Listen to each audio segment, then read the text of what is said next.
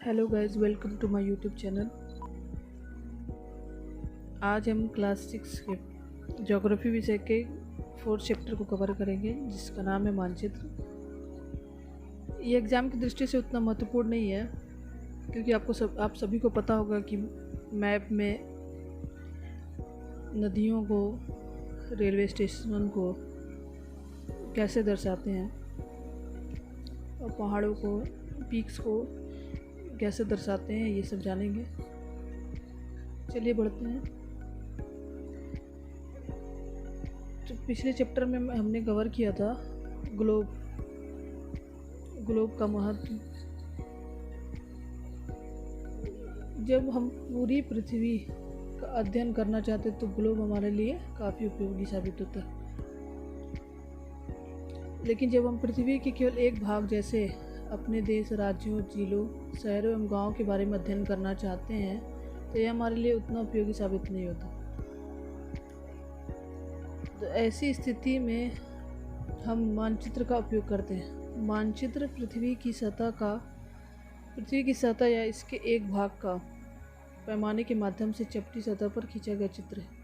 तो एक पेज पर जो चित्र खींचा जाता है उसे हम मानचित्र कहते हैं।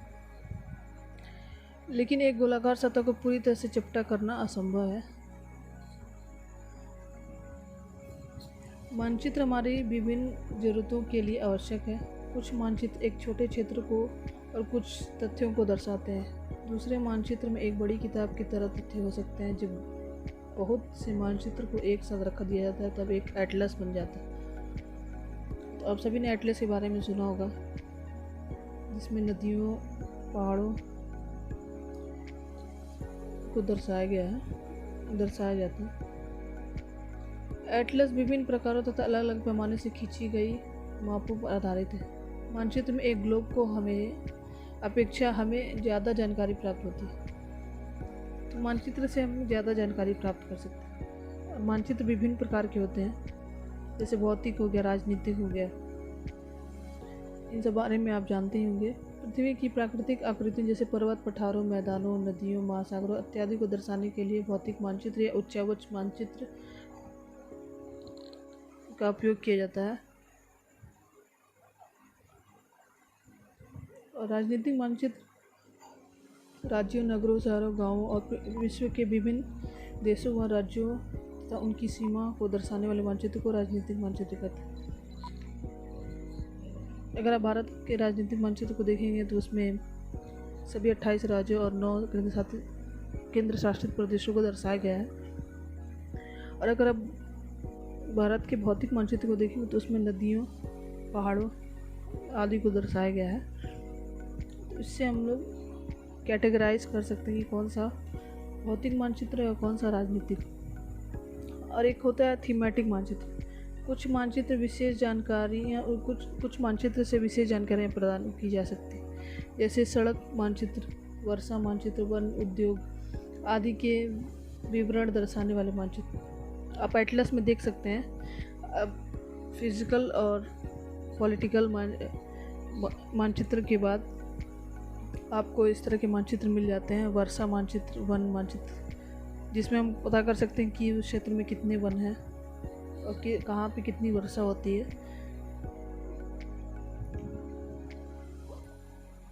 और मानचित्र के 3 घटक हैं: दूरी, दिशा और प्रतीक। तो मानचित्र क्या होता है? एक आरेखण होता है जो पूरे विश्व या उसके एक भाग को छोटा कर कागज़ के एक पन्ने पर दर्शाता है।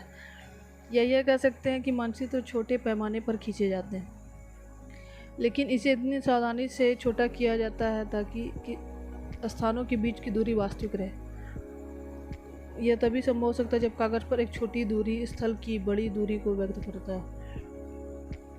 इसलिए इस उद्देश्य के लिए एक पैमाना चुना जाता है। पैमाना स्थल पर वास्तविक दूरी या मानचित्र पर दिखाई गई दूरी के बीच का अनुपात होता है। उदाहरण के लिए आपके विद्यालय एवं आपके घर के बीच की दूरी 10 किलोमीटर है, जिसे मानचित्र पर 2 सेंटीमीटर की दूरी से व्यक्त किया गया है। इसका अभिप्राय यह है कि मानचित्र का 1 सेंटीमीटर स्थल के 5 सेंटीमीटर को दर्शाता है। आपके रेखा चित्र का पैमाना होगा 1 सेंटीमीटर बराबर 5 सेंटीमीटर, क्योंकि हमें मानचित्र पर छोटी दूरी दिखानी होती है।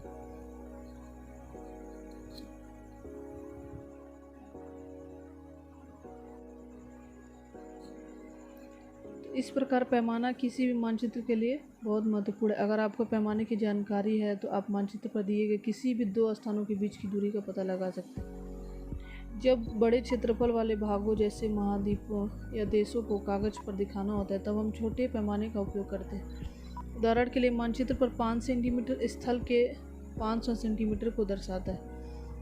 इसको छोटे पैमाने वाला मानचित्र कहते हैं। मतलब 500 किलोमीटर बराबर 5 सेंटीमीटर। जब एक छोटे क्षेत्रफल वाले भाग जैसे कि आपके गांव या शहर को कागज पर दिखाना होता है तब हम बड़े पैमाने का उपयोग करते हैं। जैसे स्थल पर 500 मीटर की दूरी को मानचित्र पर 5 सेंटीमीटर दूरी से दर्शाते हैं। इस प्रकार के मानचित्र को बड़े पैमाने वाले मानचित्र कहते हैं। बड़े पैमाने वाले मानचित्र छोटे पैमाने वाले मानचित्र की अपेक्षा अधिक जानकारी प्रदान करते हैं, तो हम इससे ज़्यादा जानकारी प्राप्त कर सकते हैं।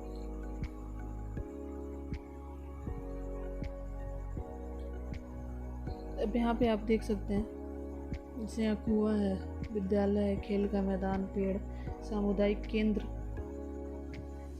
केंद्र, दुकानें, विकास का घर, शीला का घर, करीम का घर, फल उद्यान। यानी कि 1 सेंटीमीटर बराबर 10 सेंटीमीटर, 1 सेंटीमीटर बराबर 10 मीटर।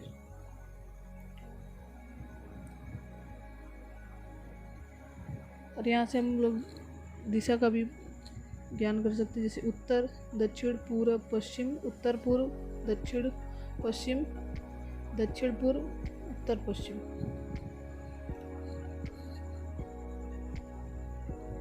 इस प्रकार हमें 8 दिशाओं की जानकारी हो जाती है।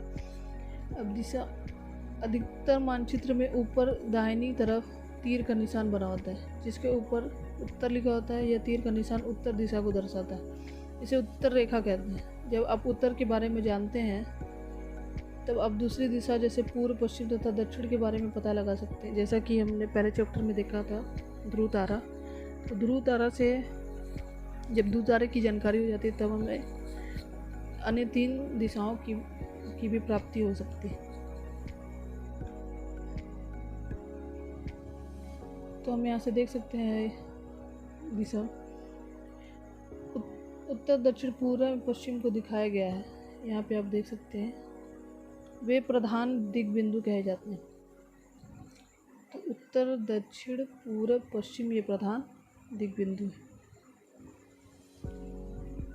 बीच की 4 दिशाएं उत्तर, पूर्व, दक्षिण पूर्व, दक्षिण पश्चिम, उत्तर पश्चिम, इन बीच वाली दिशाओं की मदद से किसी भी स्थान की सही स्थिति का पता लगाया जा सकता है।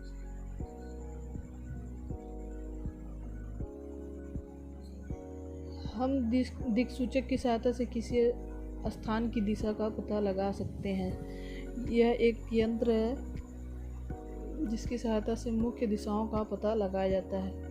इसकी चुंबकीय सुई की दिशा हमेशा उत्तर दक्षिण दिशा में होती है।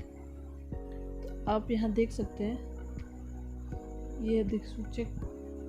तो जब उत्तर और दक्षिण, इसकी सुई हमेशा उत्तर और दक्षिण की ओर होती है।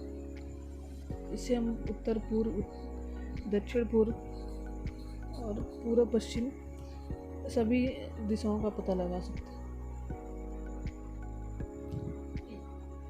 पढ़ते हैं प्रतीक। यह किसी भी मानचित्र का तीसरा प्रमुख घटक है। किसी भी मानचित्र पर वास्तविक आकार एवं प्रकार में विभिन्न आकृतियाँ जैसे भवनों, सड़कों, पुलों, वृक्षों, रेल की पटरियों या कुएं को दिखाना संभव नहीं होता, इसलिए वे निश्चित अक्षरों, छायाओं, रंग चित्रों तथा रेखाओं का उपयोग करके दर्शाए जाते हैं। आपने देखा होगा रास्ते में कभी सिंबल बोर्ड लगे रहते हैं, जैसे कि हॉस्पिटल के बोर्ड, पेट्रोल पंप के बोर्ड कि 10 मीटर की दूरी पर पेट्रोल पंप है, या फिर 1 किलोमीटर की दूरी पर पेट्रोल पंप है, या हॉस्पिटल है, या स्कूल है। ऐसे सिंबल से हम बता सकते हैं।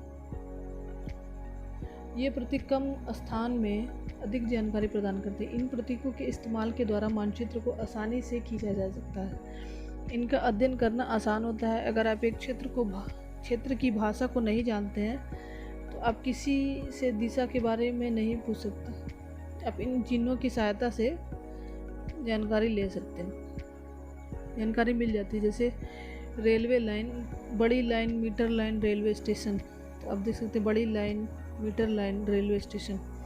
पक्की सड़कें, कच्ची सड़कें। अब सीमा में अंतर्राष्ट्रीय सीमा, तो ये थोड़ा डार्क होता है बुलेट पॉइंट के साथ। राज्य की सीमा तो 3 डॉट होता है और कम बोल्ड होता है। ये जिला, नदी, कुआं, तालाब, नहर, पुल, मंदिर, गिरजाघर, मस्जिद, छतरी, पोस्ट ऑफिस, पोस्ट एवं टेलीग्राम ऑफिस, पुलिस स्टेशन। अगर ऐसे सिंबल बनाते हैं यानी कि यहाँ श्लोक रहते हैं बस्ती बसाकर, और ये इस तरह का सिंबल होता है तो कब्रिस्तान होता है। पेड़, घास। तो अब ये छोटे छोटे सिंबल से अधिक जानकारियाँ मिल जाती हैं। मानचित्रों की एक विश्वव्यापी भाषा होती है जिसे सभी आसानी से समझ सकते हैं। इन प्रतीकों के उपयोग के संबंध में एक अंतर्राष्ट्रीय समिति है और ये रूढ़ प्रतीक कहे जाते हैं। कुछ रूढ़ प्रतीक चिन्ह जैसे कि आप देख सकते हैं, जैसे कि मैंने आपको पहले बताया, इसमें आप ये देख सकते हैं, इनको रूढ़ चिन्ह कहते हैं। विभिन्न रंगों का उपयोग भी इसी उद्देश्य से किया जाता है कि हम आसानी से समझ सकें। उदाहरण के लिए समानांतर नीले रंग का इस्तेमाल जलाशयों, भूरा रंग पर्वतों, पीला रंग पठारों और हरा रंग मैदानों को दर्शाने के लिए किया जाता है। पढ़ते हैं रेखा चित्र। रेखा चित्र एक आरेखण है जो पैमाने पर आधारित न होकर याददाश्त और स्थानीय प्रेक्षण द्वारा आधारित होता है। कभी कभी किसी क्षेत्र के एक कच्चे आरेखण की आवश्यकता वहाँ के एक स्थान को दूसरे स्थान के सापेक्ष दिखाने के लिए होती है। मान लीजिए आप अपने घर से मित्र के घर जाना चाहते हैं, लेकिन आपको रास्ते की जानकारी नहीं है। आपका मित्र आपके अपने घर के रास्ते को बताने के लिए एक कच्चा आरेखण बना सकता है। इस प्रकार कच्चे आरेखण को बिना पैमाने की सहायता से खींचा जाता है। इसे रेखाचित्र मानचित्र कहते हैं। अब खाका, एक छोटे क्षेत्र का बड़े पैमाने पर खींचा गया रेखाचित्र खाका कहलाता है। एक बड़े पैमाने वाले मानचित्र से हमें बहुत सी जानकारियाँ प्राप्त हो जाती हैं, लेकिन कुछ ऐसी चीज़ें होती हैं जिन्हें हम कभी जानना चाहते हैं, जैसे किसी कमरे की लंबाई चौड़ाई जिसे मानचित्र में नहीं दिखाया जा सकता। उस समय हम लोग बड़े पैमाने पर एक रेखा चित्र खींच सकते हैं जिसे खाका कहते हैं। तो ये चैप्टर यहीं पे समाप्त होता है। बहुत छोटा चैप्टर है ये। आगे हम देख सकते हैं क्वेश्चंस को। मानचित्र के 3 घटक कौन से हैं? प्रधान दिक् बिंदु कौन कौन से हैं? मानचित्र के पैमाने से आप क्या समझते हैं? ग्लोब की अपेक्षा मानचित्र अधिक सहायक होते हैं, क्यों? मानचित्र एवं खाका के बीच क्या अंतर है? कौन सा मानचित्र विस्तृत जानकारी प्रदान करता है? प्रतीक किस प्रकार मानचित्र के अध्ययन में सहायक होते हैं? या इन सभी क्वेश्चन के आंसर्स आप आसानी से दे सकते हैं। वृक्षों के विवरण को दिखाने वाले मानचित्र। नीले रंग का इस्तेमाल किसे दिखाने में किया जाता है? जलाशयों को। दिक्सूचक का उपयोग किया जाता है मुख्य दिशा का पता लगाने के लिए। पैमाना आवश्यक है।